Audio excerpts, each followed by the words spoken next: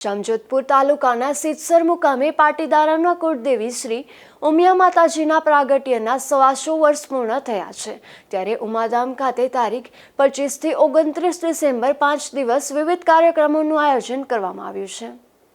આ મહોત્સવને ભવ્ય અને દિવ્ય બનાવવા માટે છેલ્લા 1 મહિનાથી તૈયારીઓ ચાલુ હતી। તારીખ 25ના રોજ નાતાલના દિવસે વિવિધ પાટીદાર અગ્રણીઓ, ઉદ્યોગપતિઓ અને રાજનેતાની હાજરીમાં દીપ પ્રાગટ્યથી આ મહોત્સવનો શુભારંભ કરવામાં આવ્યો હતો, જેમાં દેશ વિદેશથી મોટી સંખ્યામાં પાટીદારો માતાજીના આશીર્વાદ લેવા પધાર્યા હતા।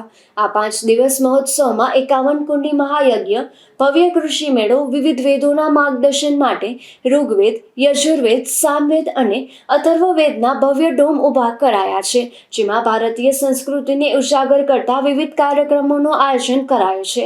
એક સાથે હજારો ભાવિકો પ્રસાદી લઈ શકે તેવું પણ આયોજન કરાયું છે।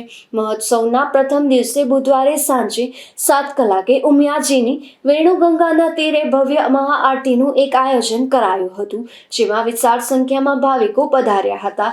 જેવી રીતે ગંગા તટે આરતી કરવામાં આવે છે એ પ્રમાણે અહીં વિવિધ દીપો અને મસાલ દ્વારા આરતીથી ભાવિકો ભાવવિભોર થયા હતા। આ સમગ્ર મહોત્સવ અંદાજે 1100 વીઘા જમીનમાં આયોજન કરાયું છે।